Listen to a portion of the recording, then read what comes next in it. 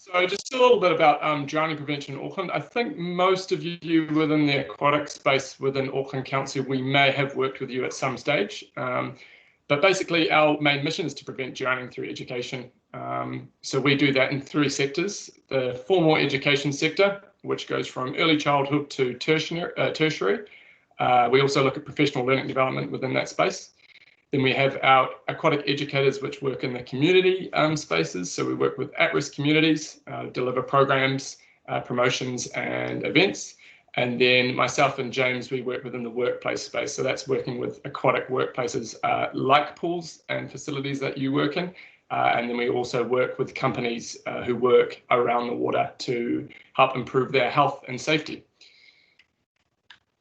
The aim of this session, really, a lot of this you may already be familiar with, and it'll be a recap. For some of you that we haven't worked with before, maybe at the dry sites, it might be a lot more information, or a lot of information that you haven't heard before. So I'll take it nice and slow. As Alex says, if there's any questions, put them in the chat, and we'll have a look at them afterwards. The aim of today is to increase your knowledge of emergency management, the process of CPR, and specifically within COVID level 2 and with COVID being an issue. We're going to have a look at oxygen, so O2, how to administer it, when to administer it. And then also we're going to quickly cover rescue readiness, what that means. And then there'll also be some reading after this to go through that.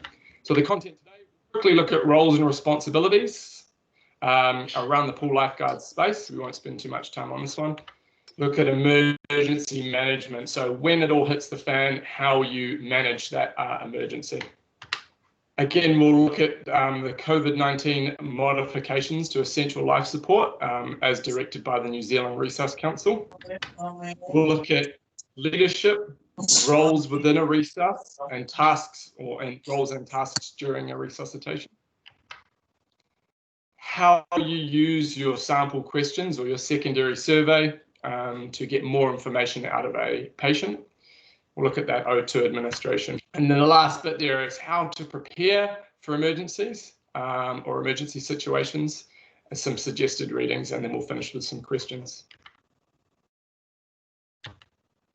So I guess around quickly touching on that pool lifeguard space, Alex has mentioned that this has been covered in some previous PowerPoints that you guys have looked at. Just looking at that primary role and responsibility within that pool lifeguard space, and I guess you can stretch this out to any facility that you work in, whether you're an employee or a manager. This will fit in some sort of way.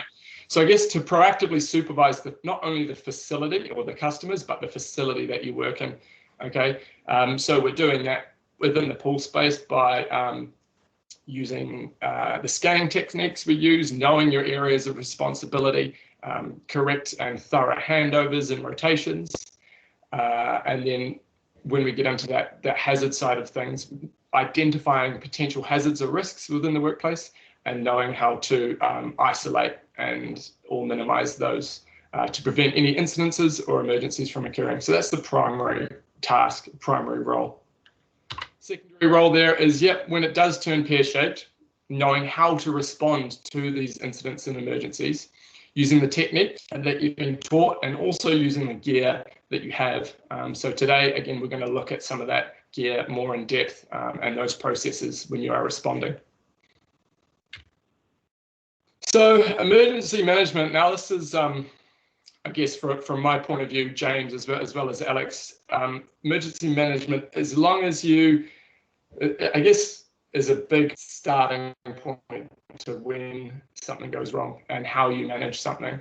And it can take those first few seconds to set up the management of a scenario or management of an emergency to make sure it all goes nice and smoothly. The first thing, now some of the slides you may have already seen in some of our other presentations, so we'll just briefly touch on this, this topic. One of the first things that I guess as a responder in an emergency you need to think about is safety. Am I safe? Okay. Do I need to look around for dangers for myself and my bystanders safe? So before we jump into a scene, do I need to look out for anyone else who might put themselves in danger? And then unfortunately, lastly, the last priority is the patient safety. They are already in trouble. Okay, so the last thing we want to do is put ourselves or bystanders there. Is that patient safe where they are? Do they need to be moved before you carry out a further assessment? And a classic example here is the pool. Okay, water is the main hazard that you have there. So do you need to move that person out of the pool as quickly as possible to get to that next part of the patient assessment? Now, again, leadership, if anyone's been in an emergency situation or say seeing a car crash or anything like that, generally people will stand around and not really do much. Yeah, classic ones on the motorway, there's a car crash and you'll have 40, 50 cars go past before anyone gets out and helps. And this can be due to people not really being too sure of how to handle the situation, but really it's a lack of someone stepping up and taking that leadership. So some things that we work on through some of our workshops is how to lead, but in a calm way. So a really good point there is when something does happen, that's a traumatic scenario in front of you, your heart starts pumping, then adrenaline starts kicking in, your breathing rate starts increasing, and you start to panic. So a really good technique that we use is just breathing. And I'm sure everyone's done it before once they've got into one of these situations. It's taking a good couple of deep breaths in and some deep breaths out. That's going to slow your breathing rate, slow your heart rate, and it's going to allow your brain time to think. From there, allowing yourself to think, you're going to be able to respond to an incident as opposed to react. As part of that leadership as well, you need to make sure that you're super clear with what information and tasks that you're delegating out to those people that you have around you. Also, within that leadership is you have to look at who is the best to give first aid in that scenario. Are you the only person there in that situation? Or do you have people around you that are better suited to give that first aid? And again, if you've stepped up and said, yep, I'm going to be the leader of this situation or of this emergency, and you are the best person to give that first aid, delegate that leadership away. It's really hard to be the leader of an emergency situation and the first aider. Being a leader, you want to make sure your situational awareness is at its maximum. And if you're delivering first aid and you're down there doing the nitty-gritty of it, that really narrows your situational awareness. So making sure that you delegate that task out. The next one that we have there is calling for help. Now, the 3 Ps is what we use in surf lifesaving. There's 4, but for this one, it is really important to get right. So the position is the first thing that you want to put through on your radio. Say if it's in the pool space, I'm not too sure how your standard operating procedures or emergency operating procedures go, but just making sure that someone knows exactly where you are. And the main point there, if you pull that out of the pool or the facility context, is having a phone on you. You're in the middle of nowhere and you're calling 111. If the only thing that you can get through is your position, then they know where to go. The next one there is problem. Accurately describing a problem will get you the right response. So for instance, if I came into your facility and I fell down some stairs and I broke my leg, you called the ambulance and you said, Tom's fallen down the stairs and broken his leg. I'm still conscious, I'm still breathing, that's great. The ambulance crew are probably going to finish their coffee, finish their lunch, get in the ambulance. They might even not turn the lights and sirens on and then come to me and attend that issue or attend that emergency. Different responses. So if I fall down the stairs, break my leg and I'm unconscious, but I'm breathing, they're going to come a bit quicker. And if I fall down the stairs, I'm unconscious and I'm not breathing, they're going to come foot to the floor as fast as they can. So you can see the point I'm making there is accurately describing the problem will get you the right response. And the last one there is people. Is it just one of me that's fallen down the stairs and is unconscious, not breathing, or have 20 of me fallen down the stairs and unconscious, not breathing? Okay, so accurately describing not only the problem, but how many people are involved will get you the right amount of resources from emergency services. Another one there which we haven't covered is progress. So if you are in, say, worst case scenario in the middle of a resus, if you're on the phone or someone is on the phone to one-on-one, if you are letting them know that you are doing CPR or letting them know the treatment that you are giving, that will reassure the call taker that you are doing the best that you can. And if you don't, chances are they will tell you, okay, the person is unconscious, not breathing, get into CPR. A really good one here is bystanders and customers. Bystanders, they can be a hindrance, but they also can be a help. So if you are performing a rescue within a pool or something like this happens at your facility and there are people around you, use your bystanders to manage your bystanders. So if you are, say, 2 lifeguards in a pool and you are involved in an incident, get some of the bystanders to clear the rest of the pool. Get them to manage themselves if you can, or a receptionist or someone else. Likewise, also bystanders that have skills such as doctors, nurses, paramedics, hopefully they will gravitate towards that situation. Are you going to use those bystanders? Definitely. Yeah, if there are people there with advanced medical knowledge and skills and experience, you're going to use those people. Last bit there, one of the last bits we want to talk about is patient management. Okay, so monitoring that patient's condition until the ambulance arrives, making sure you're looking after their general care. So you're making sure they're warm, they're dry, they're comforted. And the last bit there is if you can't remember anything, just remember the best bit of first aid is that reassurance. Okay, talking to them, making sure they're comfortable and making sure they're reassured. They know that help is on the way. The last bit there what I want to highlight is post-incident debriefs. So if something does happen that is traumatic, you want to get that team in and have a quick debrief after that happened, just to make sure that everyone is okay. Going away from that situation, knowing they did the best that they can. From there, a little later on, you want to sit down as a team with a cup of tea and have a constructive debrief about what happened. And that's to really look at the things you did well and look at the things you could do better. And that's all to make sure that you are doing the best that you can and you can improve anything that you need to work on in terms of your response to that situation. Awesome. James, is there anything else that you wanted to add before we move on to the next bit? No, I don't think so there, Tom. I think, you know, any emergency situation is just so testing.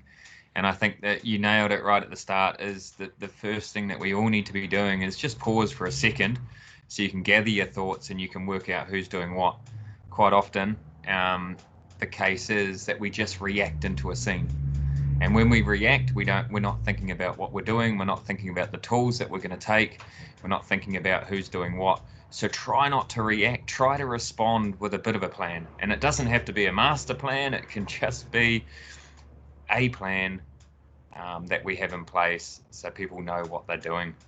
Yeah. Yep. All really good in theory when we're sitting here and we're talking about it. But yeah, it takes a lot to coach that into your memory and into your muscle memory when it happens. And we'll have a look at some scenarios but later on in the presentation about how you can become ready for this. Awesome. Okay, we'll push on. Thanks, James. So what I'm going to do now is we're going to whiz through the basics, and the basics being your primary survey, your doctor's ABCs, but we're going to have a look at the change that's come in with this new COVID era that we're all living in. So doctor's ABCs, we start with danger, okay? Danger to yourself, bystanders, and the patient. We're going to stop. We're going to take that deep breath, which is going to allow us to think and respond. Response. This is the response you're going to get for your patient. And there's a really good acronym here. Some of you may be familiar with it. AVPU. This is a really good way of getting a response from someone. So right now, not that I can see everyone, but you can see me. I'm alert. You can see I'm talking to you. You can see my eyes are open and I'm conscious. That's great. Someone's lying on the floor. They aren't alert. First thing you're going to do is use your voice. Okay, say, hey, my name's Tom. Can you hear me? Excuse me, can you hear me? Can you hear me? If they're not responding to that, they're unresponsive to voice, so we need to go and inflict some pain. So if everyone's sitting there behind their computer screens, grab a fist like so and start knocking on your collarbone. And it's really echoes right through your frame. It's really uncomfortable. So that's a really good way of inflicting some pain or discomfort. Okay, if they respond to that, that's great. They might be unconscious, semi-conscious, but they are responding to pain. If that doesn't work, they are then unresponsive. Okay, this is going to gauge the level of consciousness and level of responsiveness within a patient. Sending for help, well, we talked about that. You will have different procedures, emergency action plans or emergency procedures within your facility. You may have a radio. You may be sending a runner. You may be verbally telling someone else to send for help. That's really important, that position, problem, people. Okay, and make sure that that person who is calling for help is coming back to you and confirming they have called 111. Okay, and confirming how long the ambulance is going to be. And that's going to give you an idea of, okay, this is the time I have to do what I need to do until further help arrives. Airway, now this is where it's slightly changing. So before pre-COVID, what we would do from there, once we've sent the help, is we would check the person's mouth and open up that airway. That's going to allow them to breathe. Okay, now this is a response to someone who is unresponsive, who's unconscious. What we really need to look at now, and Alex has highlighted it really well in the PowerPoint that he sent out a few days ago to you guys, was donning PPE at this stage is really important. And I would suggest carrying this on you at all times so you have it with you. Donning means to put on, so putting on your personal protective equipment. So that's gloves, that's your mask, an apron if you have it, a face shield. Now you might be thinking this is going to take a long time to do this before I open someone's airway, but just remember back to that accident management, that emergency management, the first person's safety is your own safety. So you want to make sure that you are safe and you've got your gear on before you go any further. So that's gloves, that's mask, that's anything else that you have. So we're opening up that airway, okay? So we're doing the head tilt chin lift. And we're looking for breathing. So we're looking for the absence of normal breathing. If they're not breathing normally, okay, or not breathing at all, that's when we're going to have to look at going into CPR. Now, the main point here is do not place your face next to theirs to look, listen, and feel. Okay, so normally we'll have the airway open and put our air right down to the mouth to see if we can feel that inhale and exhale, and we'll be looking down to the chest to see the rise and fall. What we're doing now, okay, is we're just holding that airway open and looking from a distance. This is to minimize the risk with COVID. Now for this one here, you're going to need to start compressions, but before you do this, if you have, say, a towel, a cloth, even your face shield that you have on you, if you're lifeguarding, get that out and put that over their mouth. Okay. As you do compressions, that's going to minimize what's being expelled out of the lungs and the airway and minimize the dispersion of those particles. So that's the main change there. Okay, so the main change in checking for breathing and making sure you're covering that person's mouth.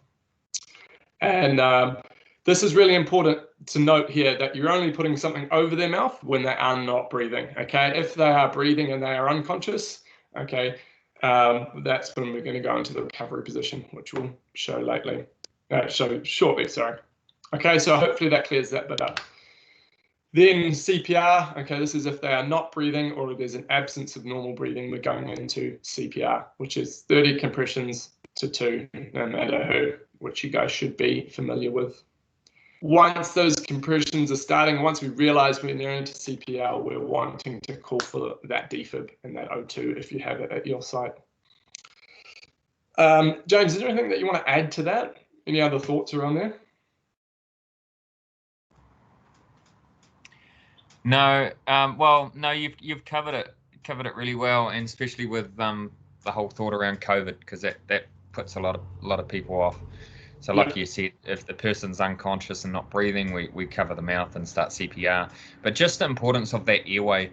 So 2 fingers under the chin, 1 hand on the forehead, and tilt it back. We can still do that at some distance, and just opening up that airway passage can have huge effects, especially in a drowning situation or any unconscious situation. So just think about that airway management and that care that we can still do with keeping a little bit of a distance as we look for breathing.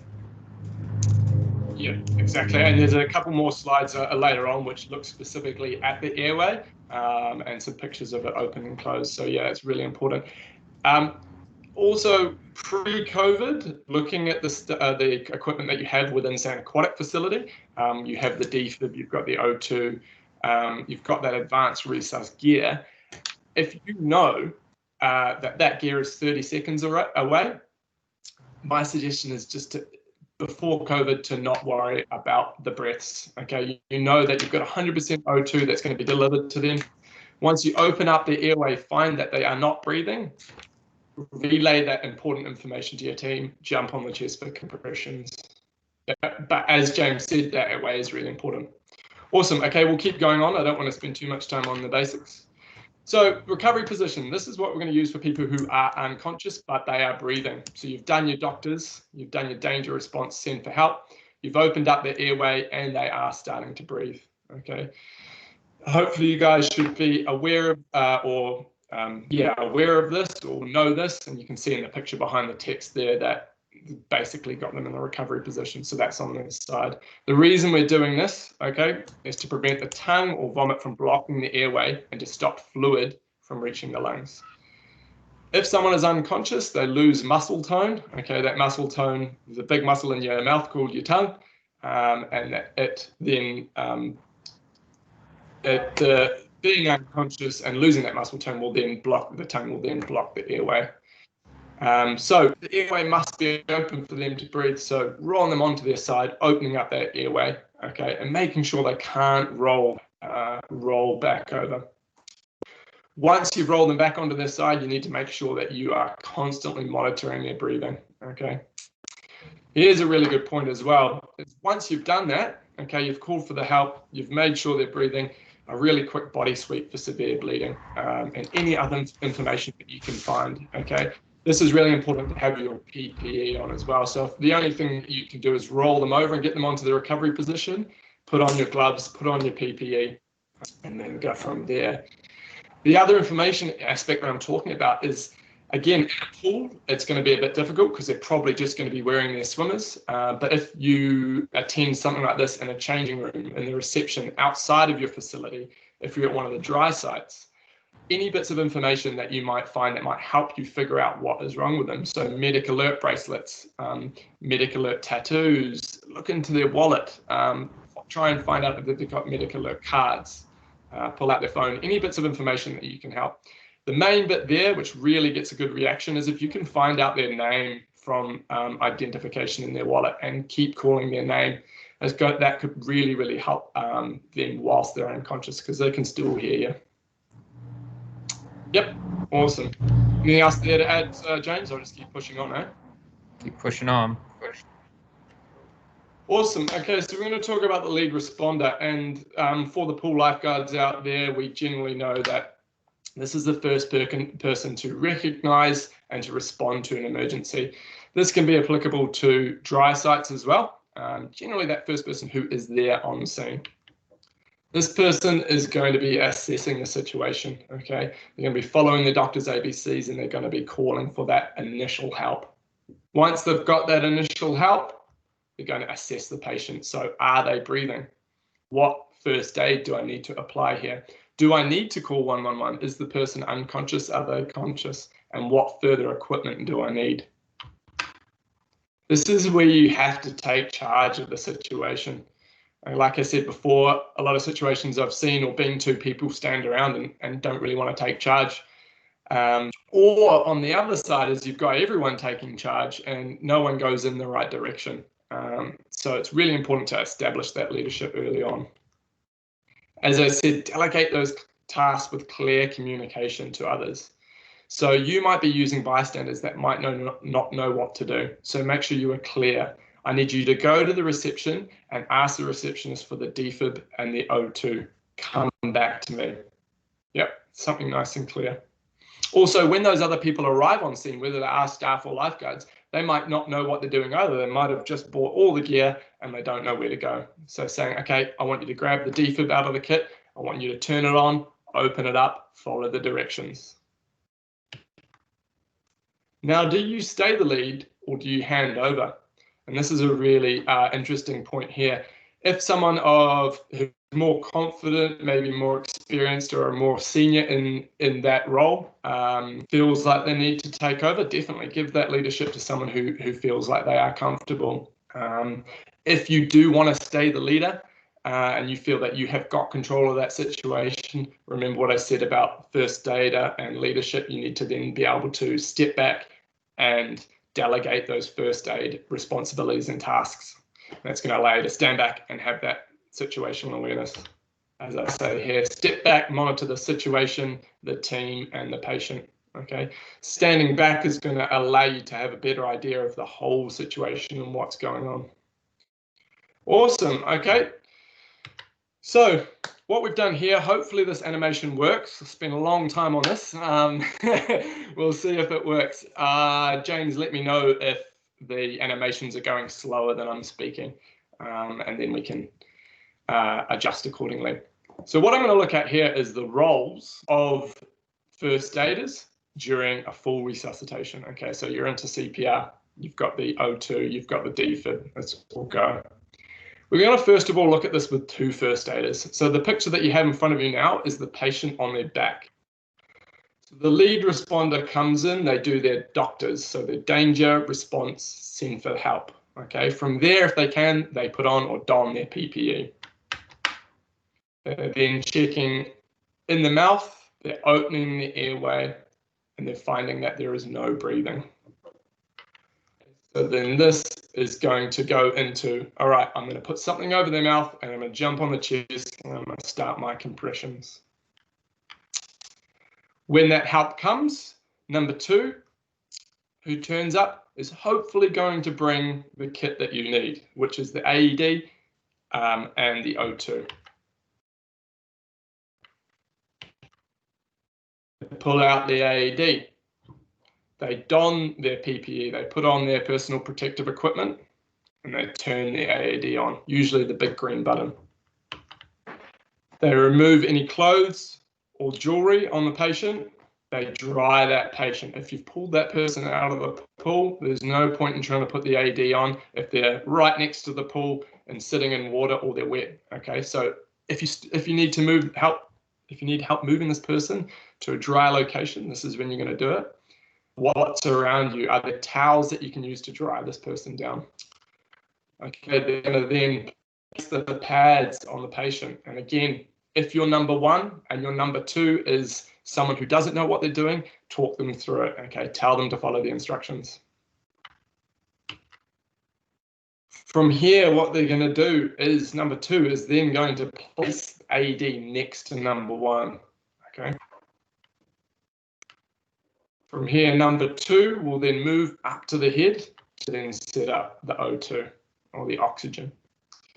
In this oxygen setup, we're going to turn that cylinder on. We're going to adjust the flow to 15 litres per minute. So right up there, turn it cylinder on and the flow valve right up. We're going to make sure the bag valve mask is attached. And again, we'll go through this shortly. Yeah, once that's filled up, we're going to adjust that flow rate accordingly, but we'll go over that.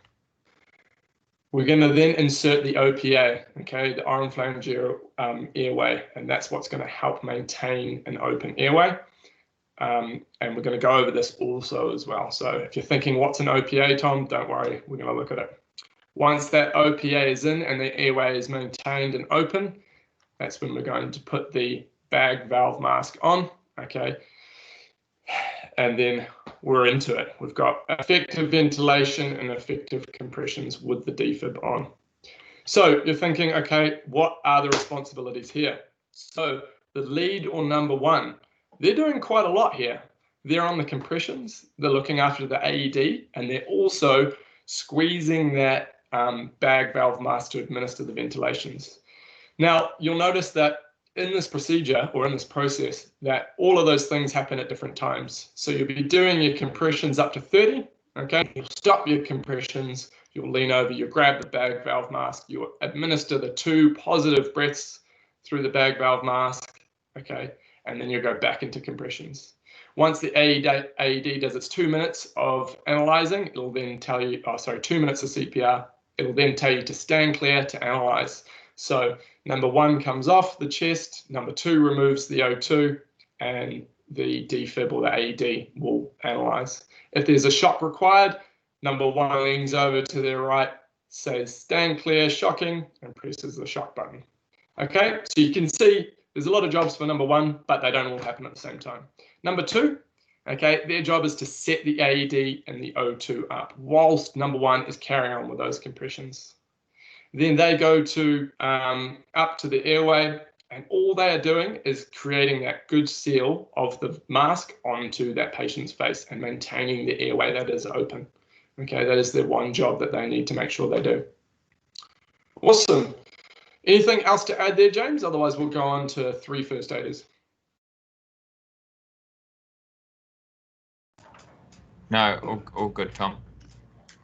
Cool. Awesome. Okay, so that's with 2. Now you have 3 first aiders. Now it's quite similar in the fact that number 1 does the same thing. They're on the compressions. Number 2, they can arrive with the AED and the O2, or just the AED, whatever comes first. They're going to look primarily after the AED.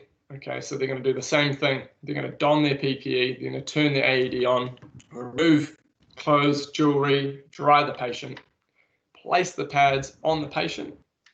Okay, leave the AED where it is, and they're going to get ready to take over from number 1 on the compressions.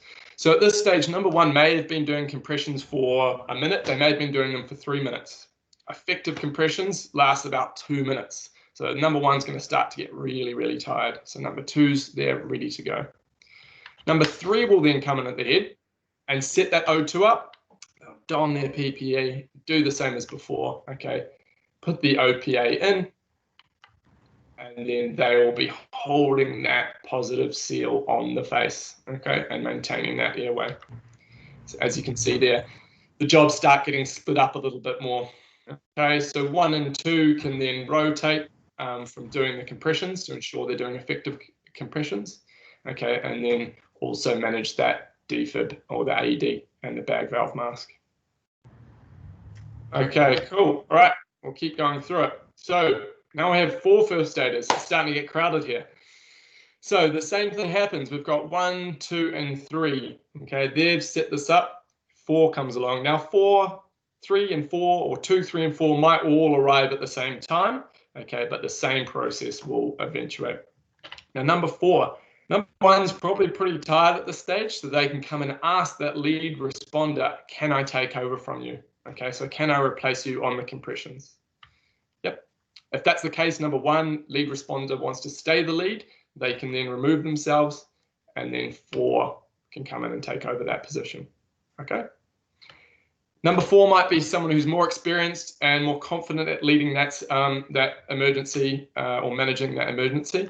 So they may opt out and say, you guys are doing really, really well. I'm going to take lead of this. You guys just concentrate on what you're doing, so they can step back and manage that scene. So at this stage, number 4, or that lead, has got a bit to deal with. The main thing that they really want to make sure is working well is that their team are doing effective CPR and that their team are okay. So if as you're standing back as a leader, you see your team starting to get tired, ask them how they're going. Prompt, hey, do you guys want to swap around? Okay. This will also give you a chance to manage your bystanders. Okay. If there's a whole bunch of people standing around, maybe get them to go and change or move them away from the pool. Also having a better situational awareness of the facility. Has everyone actually been removed from the pool? Do I need to check that no one else is in the pool because that pool isn't being supervised? And a really good point there is comms with 111. Okay. So making sure you're updating emergency services, using a runner or maybe another staff member or a bystander to go out to the car park to meet that ambulance crew to bring them to exactly where you are. So you can see there, effectively you can do it with 2 people, 3 people helps, and then with that 4th person you've got that overall management. Anything else to add on there, James, if I missed anything that you can think of? No, just to reinforce your a couple of your points there, Tom. With how many we need around a patient, you can see here that we can manage an advanced resus pretty well with 3-4 people. Quite often we get tied up with the focus of the patient or the unconscious, the one that's not breathing, and a lot of attention comes around that patient. Remember, there's many other things that need to happen around this scene. So having your 3-4 key people around your resus, absolutely important, and then managing everything else going on around the scene. And also with the defibrillator, because every 2 minutes the defib will analyze to see if the heart needs another shock or to check for a shockable rhythm. So that is a really good cue to rotate.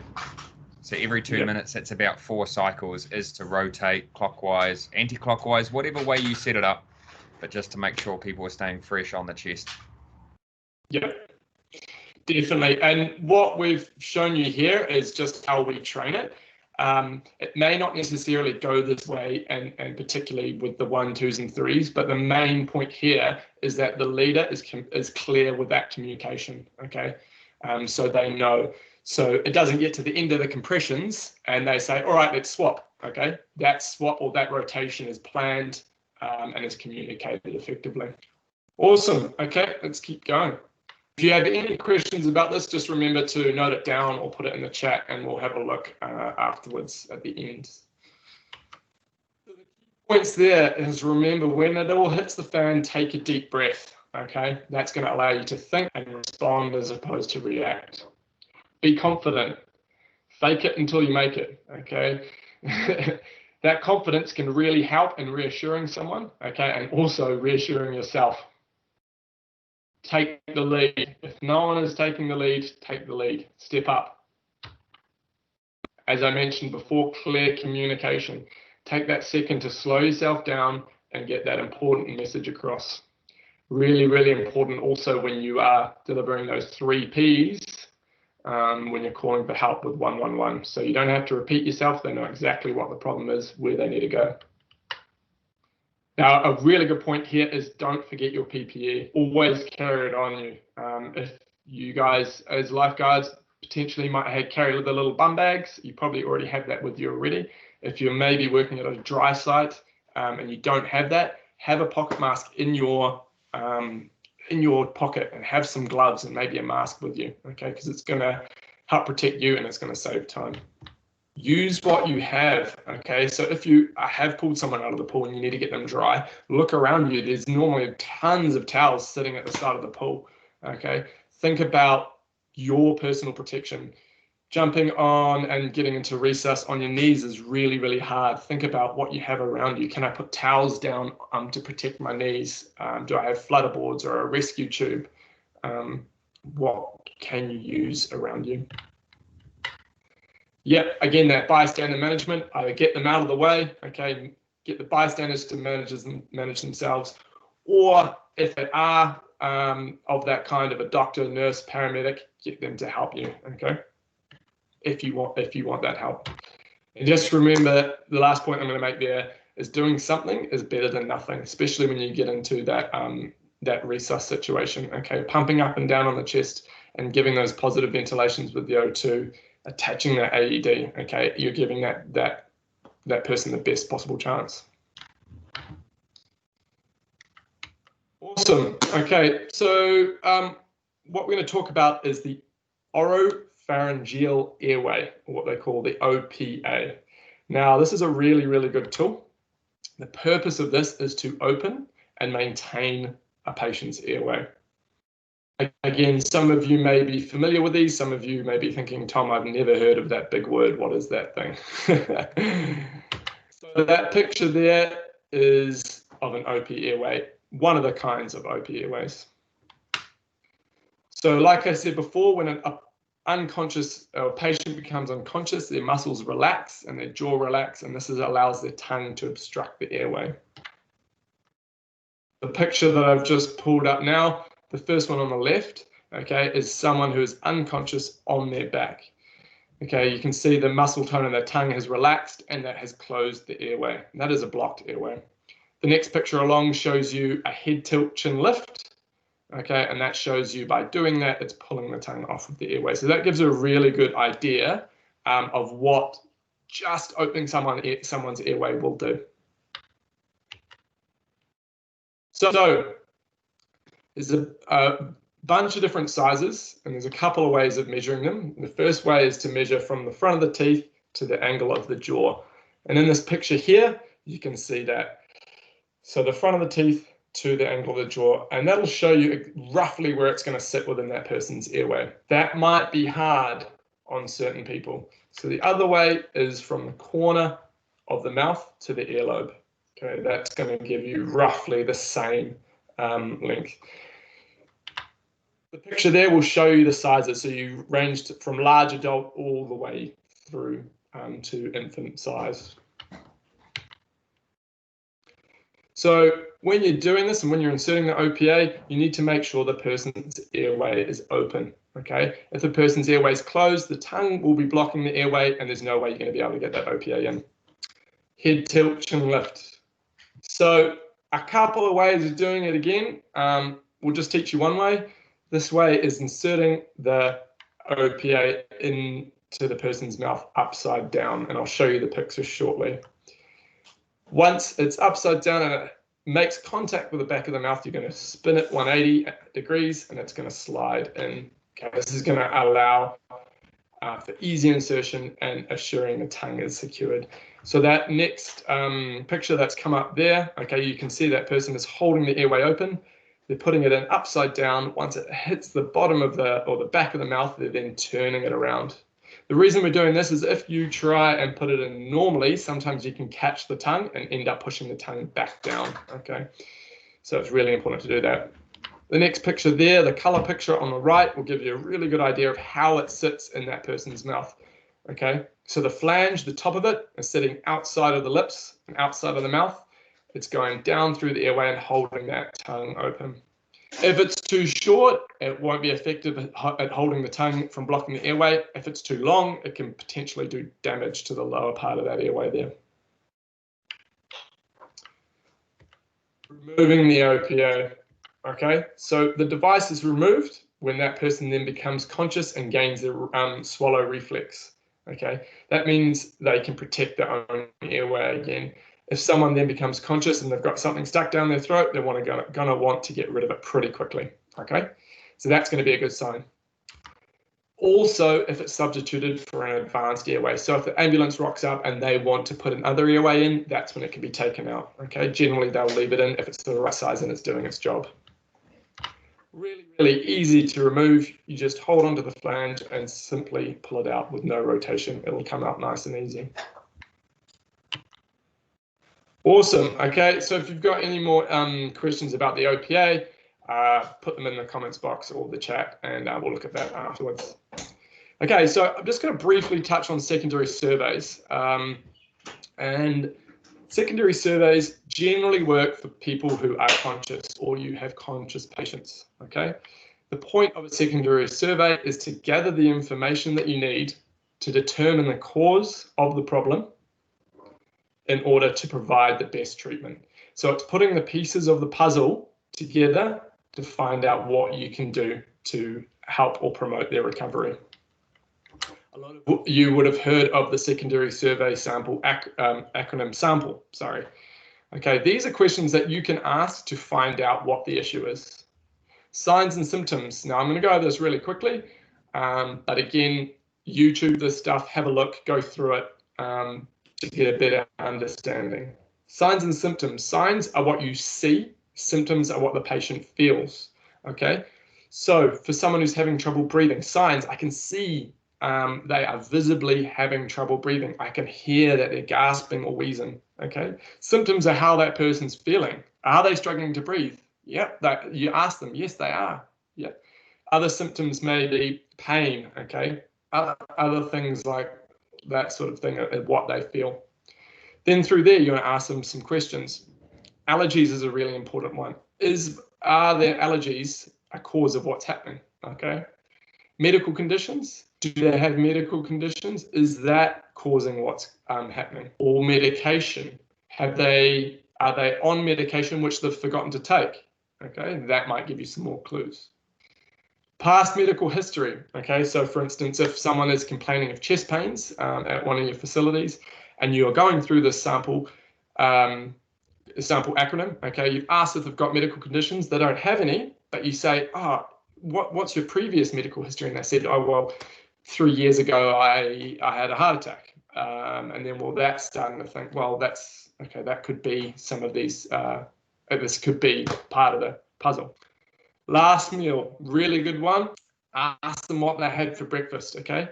If you've got people with diabetes or a patient with diabetes and they haven't eaten anything, they're starting to feel drowsy and showing those signs of hypoglycemia, that's going to give you some really good indications, okay? Also, last meal is really important. If they need to go into surgery, there's a stand down period from when someone last ate to when they can go into surgery. And the last one there is events prior to the event. Okay, so ask them what happened. Generally, they can come up within the first question that you ask. You say, what's wrong and what happened? If they can accurately describe those events, they've got good recollection, that's showing you that they've still got their memory, okay? And it's also going to tell you what happened if you didn't see it. It's going to give you that mechanism of injury, okay, or that idea of what's going on. A really good trick there also is if someone knocks their head, okay, and you ask them what happened, you clearly seen they've slipped over and they don't know what's happened, or they say, oh, I fell off my bike or something like that, when they clearly hadn't. That's showing you that they've got some issues with memory retention and there's potential head injuries there. So some things to look at. All good things to use to piece together the puzzle. I'm going to go through this with oxygen administration shortly. Anything else to add to that one, James? Otherwise, I'll keep pushing on. No further to add, Tom. It's just, yeah, well, like you said, reinforcing what you said. If someone's conscious, it's quite hard sometimes, and it's piecing together the puzzle. And these are some really good questions to piece that together, and it might help you out with your treatment. Yeah, exactly. And the thing is, generally, most of the time, depending on where your facility is, if it's an emergency or a situation that requires ambulance or further help, they shouldn't be too far away. So you might only get through to A or M before the ambulance turns up. But again, if they are conscious, if they are breathing, the ambulance might not be coming as quick. They might be going to something else. So something that you can do. Find out, piece the puzzle together, but also it's just reassurance. Okay, if you don't know what you're doing, ask them the sample questions and it makes it look like you know what you're doing. Okay, it gives them that reassurance and it will give you the confidence. Awesome. Okay, so O2 administration. This has been a topic that has come up in the last couple of months around when to administer O2 or oxygen, when not to. And we're just going to try and break it down as clear as possible. So oxygen is a form of medical drug. It has its benefits, but it also has its downsides, okay? There are some links which I will send out, and I'll get Alex to send to you around what the New Zealand Resource Council prescribe or suggest for oxygen administration. And it's a really good document to make it a lot clearer. So when are we going to administer oxygen? When we're using a bag valve mask, okay? And this is going to be when we are into full resus, when we're doing CPR on a person who is unconscious and not breathing. Okay, so that's the bag valve mask for those people who haven't seen it before. Some of you may be familiar with it. Some of you may have used it before. Okay, this is going to provide positive ventilation for someone who cannot breathe. Okay. This goes all the way up to 15 litres per minute, okay, fills up the reservoir bag, which you can't quite see there, okay, and then you'll dial that back down to 10. The main point there is that you want to make sure that you've got enough oxygen in that reservoir bag, the second bag, to fill up the other part of that instrument, okay. You'll know if there's too much, turn the O2 down. If there's not enough, turn it up. We also can use this when someone is unconscious, are breathing, but they're struggling to do it by themselves, okay? This is what we call assisted breathing. So you're assisting them by slowly using some positive ventilation into their lungs. Okay, and this can be post resuscitation, okay, or it can be after drowning or near drowning. So you may have performed CPR, given some O2 through a bag valve mask. The defib's done its job. Okay, they're starting to breathe again and show those signs of life. Okay, but you're using that bag valve mask to assist their breathing. Okay, so that's definitely when we want to use O2. Okay, this is when it becomes a little bit trickier and you need to start thinking about it. Okay, conscious patients with breathing difficulty. Now, this is where it can be clear for you if you make it. So what I'm trying to say there is if someone is really struggling to breathe and they're having trouble breathing, that's when you give them O2. That's all that you need to do. Okay, this can look like signs and symptoms of visible difficulty, okay, wheezing and coughing, struggling to breathe in and out. This will then give you a sign which will look like pale skin, okay, they'll look panicked. The lips will start to go blue, potentially of hypoxia, so that's the lack of oxygen. These signs are going to show you that this person is oxygen deficient. Okay. Also, they may have pain or they will visibly tell you or verbally tell you they are having trouble breathing. Really, really good one here is they cannot speak a full sentence. If you can all hear me right now, I do not need oxygen administered because I'm speaking a full sentence, okay? If I struggle and only say a word at a time, okay, that's going to give you that indication that, okay, they are really struggling to speak here. They're struggling to breathe. And also around people with previous or pre-existing medical conditions to do with lungs. So asthmatics, if their inhaler doesn't work, okay, if they are having trouble breathing from a pre-existing condition. Okay. Another thing there, which you should have all in your kits, and I think I talked to Alex about this before, is pulse oximeters. They're really good to use. Okay, so they're a good device that you can pop on someone's finger. Okay, they will tell you the person's saturation of oxygen in their blood, and it will give you their pulse. Okay, really good bits of kit. Nice to have, not necessarily a need to have. They don't really work well when the person's cold or when they're wet. But that will give you an idea of kind of what's going on, okay? But again, look for those visual signs, okay? And they will be quite obvious. So you're thinking, Tom, I don't know if they're really having difficulty breathing, or I don't know if they are maybe just short of breath or having mild difficulty, mild breathing difficulties. So the point that I'm trying to make is talk with your patient, try and get them to control their own breathing, okay? The easiest way to do that is to breathe with them. So get them to mimic your breathing. Try and get them to take deep breaths in and deep breaths out.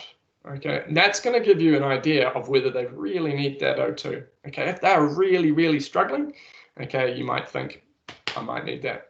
If someone has just come out of the pool and they've been doing sprints, or maybe they're in a gym and they've been going hardcore on the treadmill and they're short of breath, just get them to sit down. That shortness of breath should subside. In reassurance, okay, if anyone's had trouble breathing before, you know it's a really, really panic situation. It's a really uncomfortable thing to be in. So that reassurance is really important. If you're in doubt with the oxygen administration, ask your team members, ask your team leaders, your managers, okay? And if in doubt, call 111, have a chat to them and say, these are the things that I'm seeing. Do you think that I should administer this oxygen, okay?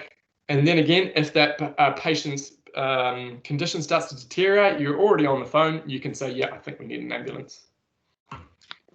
Awesome. So hopefully it's cleared up some stuff around OPA and oxygen. Again, we will make those links available for you so you can have a read up as well. The next slide I want to talk about is how do you prepare for these situations, okay? And this is a really, really good way of engaging your mind when you're standing there. You might be standing at a pool, you might be supervising something else, and you're bored, okay? Regular training is really, really important. Now, making sure you keep up to date with the skills and training that you are provided with. Anything that we do, We do it once, we think we're really good at it, we leave it for a while, okay, and we forget how to do it. So make sure you are involved in those regular trainings in your facility. Familiarize yourself with your facility's equipment and your emergency action plans. Okay, so if you haven't looked in the first aid kit in a while, or looked at the O2 gear, go and open it up at the start of your shift. Go and have a look at how it's connected so that you know when it hits the fan, you know exactly what you're pulling out. Have a go with the pulse ox if you haven't tried it before. Be really clear on your emergency action plan so you know what to do if you get a call over the radio for a certain incident. Toolbox talks are great. Okay, so if you have a really busy day, especially in the school holidays, you're at Westwave and you've got the wave pool going, you've got the hydro slides, you've got DPA running a splash breakaway program causing havoc in one of the other pools. You've got all this going on. Before that happens, have a talk with those people that are on, saying, we know this is going to be really busy. We need to be super vigilant and have a talk over what could happen and your response to that. So at least you are somewhat prepared for that day. Now, this is a really good point here, and this is going to be in one of the readings, is what they call imaginary scenarios or safety imagination. So you're standing there, say, it's early in the morning or maybe later in your shift, you're watching the lap pool, there's maybe 5 people in there, okay? It could be quite boring. Think to yourself, if that person stopped swimming and became unconscious, okay, what am I going to do? Am I ready to get in the pool? Where is my radio? What am I going to say on the radio? Where's my nearest life-saving equipment? Where is my other lifeguard? How far away, or who can grab my gear, the O2 and the defib? So these are really good things to prepare yourself mentally. And again, like I said, that paper is really good to have a read of. And of course, YouTube is really good. If you've never been involved in one of these situations, YouTube the situation. Get yourself used to having a look at what goes on, okay? There's some things that are really good on YouTube, and there's some things that are really bad. So take it with a grain of salt, but just have a look at what's out there. Like I said, research papers. There's 2 research papers that we're going to send. Myself, I'm not really one for reading research, but once I read these, I thought they were really, really good. One is on the effectiveness of CPR by New Zealand surf lifeguards. So this was a research study that was done, I think, on the West Coast with PIHA and a few others. And it was done with mannequins that could effectively monitor how effective compressions and breaths were. So there's a really good, some really good findings out of that one. And also the last one is towards a rescue ready mindset. Okay, so how you can mentally prepare yourself for when it's all go. So we're going to make those 2 available for you. And again, if you've got a moment, just have a flick through it, maybe read 1 paragraph at a time and digest it. See how it would apply to your situation or your job. Awesome. So pretty much coming to the end there. So the information I've got up there is for any further information.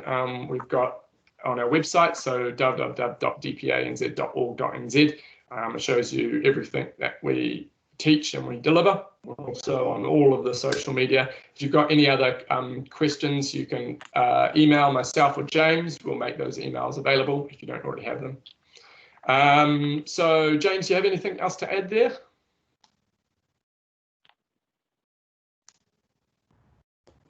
No, thank you, Tom, for guiding us through that. I think it's one of those things when we're working on the beach or around the pool, half the time nothing is happening. We've got a busy day, we're controlling people, we're interacting, and then all of a sudden something happens and we've got to respond. And that's the hardest thing is switching from work mode, active supervision, to all of a sudden, boom, we've got to respond. And I like that last little piece, rescue ready. That research paper is really good. And setting those scenarios in your mind for what would I do in this situation? What would I do in this situation? Who have I got around me? What resources do I have around me? Do I know exactly where they are? And that should be ticking over in your mind all the time so you're rescue ready. If you're not rescue ready, you're going to be on the back foot and you're going to struggle.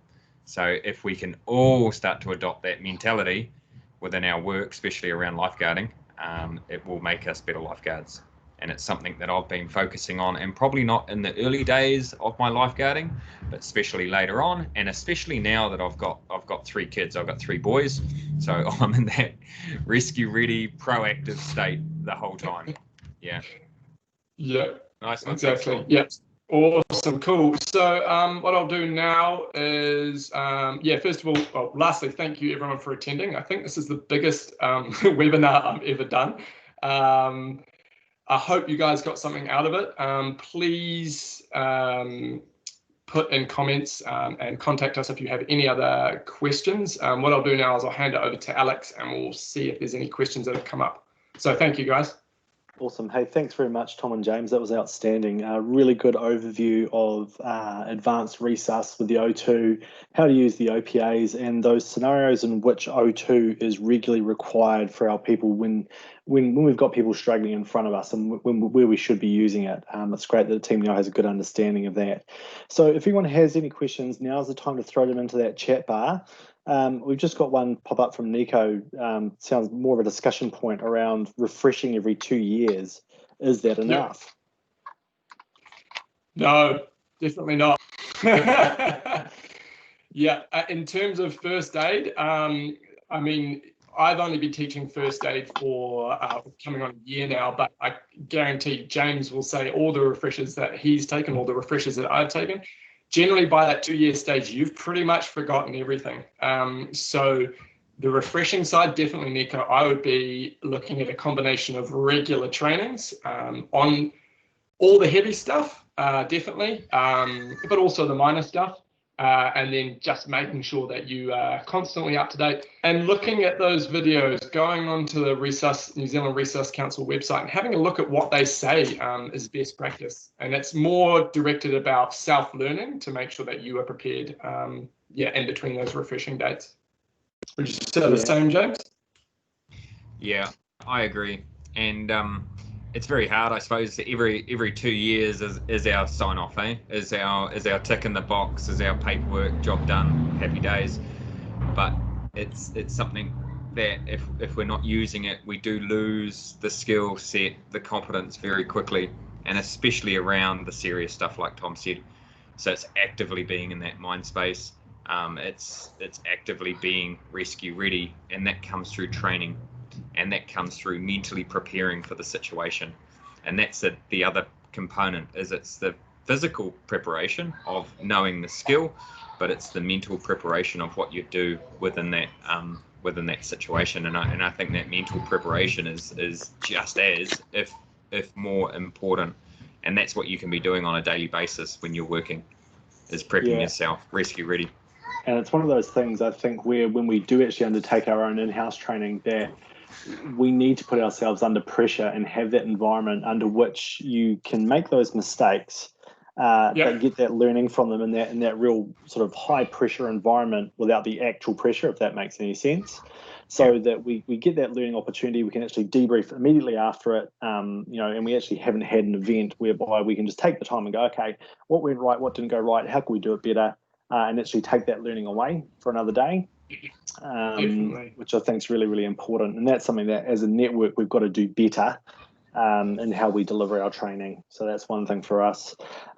Julie has just popped up another question, which I can answer. Yes, Julie, we actually have OPAs. They are all in the kits.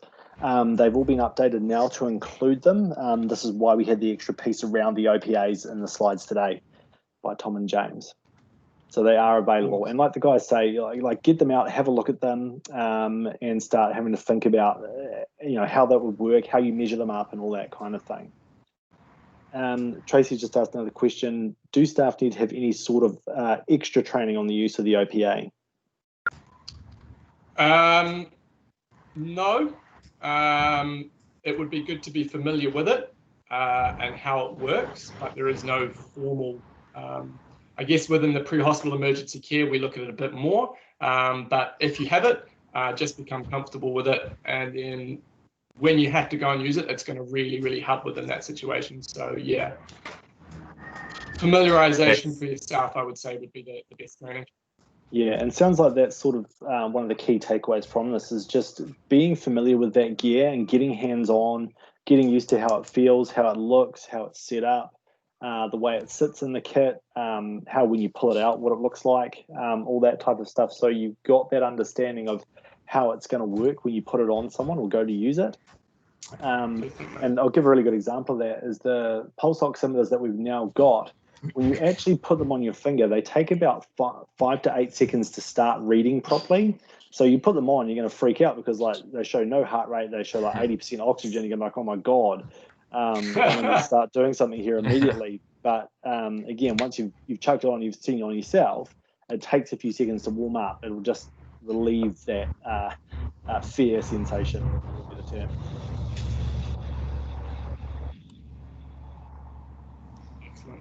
Yeah, Bex has just got a question there. Is there any more info on the O2 administration? Yep, we have put together a draft guideline around that, which has some information. Like Tom and James point out, ANZCOR website, the Australian New Zealand Resource Council, has a lot of that information there. And we've also got some available in our own EAP systems. And with the kits, there will be cards that outline what mask has what flow rate. Yeah, definitely. And what I've done there with the O2 is I've basically put the 2 masks that you will most likely use. There are other masks that you can get, but those are the ones where oxygen administration is needed. So there are ones which have less flows, but then again, you're thinking, if I'm only giving them a little bit of oxygen, what can I do before I do that to help their breathing rate? And there's a really good point in there also, Alex, which some people might want to know is within that guideline around O2 administration from the New Zealand Resource Council, there is a statement there that says, generally in most situations, the administration of oxygen will not be detrimental for a short term whilst waiting for that extra help to come. There are cases that it may, but generally speaking, using it for that short amount of time isn't going to be detrimental. Yeah, that's a really good point. They do stand that out in the guidelines as well, which is a good thing to know for our people so that we don't hesitate if we really think it's needed. Linda's just come up with a question around nail polish, although I see that someone has tried it and it has worked with the hand flat. Oh, cool. Yep. We've had that as an issue before, but it could be, I don't know, super thick or fake nails. Maybe. yeah, the ones that are too long, you can't actually get it that's on good the to finger. know. Yep. Yeah.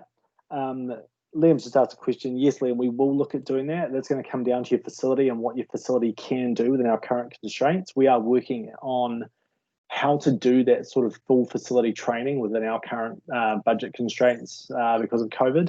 So we'll keep working on that one. And making sure that we are able to get people together, because it's not always the lifeguards that respond to these things. We have found over the last few responses that we've had that it has been a shared environment. So it's really key that everyone understands their role around where they're going to be in that emergency. Are they actually that first responder? Are they that fourth arriving person coming down from reception with the phone? And what do I do? How do I actually do it? And like Tom and James have pointed out, that comes down to us training it and actually working through the scenario and doing that that rescue ready training, for want of a better term, to just say, okay, you're on reception right now. The next 10 minutes, this is what's going to happen. What do you do? So people just work it through in their mind about how to get that right. Yep, definitely. And Sarah points out it is also allowed for under our full facility trainings. There should be at least 2 or 3 of these a year where everyone comes together and work on that sort of thing. So yeah. So it looks like the questions are winding up now. So I just want to take this time to again thank James and Tom for giving up their Friday afternoon and running through this with us, and of course DPA for being able to facilitate that. We really appreciate you guys coming in and doing this for us. So there's a huge benefit to our teams to be able to understand this information and be able to work with it in the course of what we do on a daily basis. And I hope that everyone who's been here today, there's been quite a lot of you, up to about 93 at one point, which is pretty awesome. And yeah, it's a good effort. And we really just want to be able to make sure that we can now take that training away and utilise it in our facilities. Just got one slip through from Ben. Ben, I can answer that. You have a checklist on your O2 kits about how often you should be doing those checks. So you should be doing a daily just exam, pick it up, have a look at it, and then weekly you should test it. Cool. Awesome. Okay. Yep. Thanks very Excellent. much for your time, Cool. everyone. Thank you very much. You are Yep. free to go. Awesome. Thanks, Thank guys. you. Thank Have a you, good guys. Friday. Cheers, guys.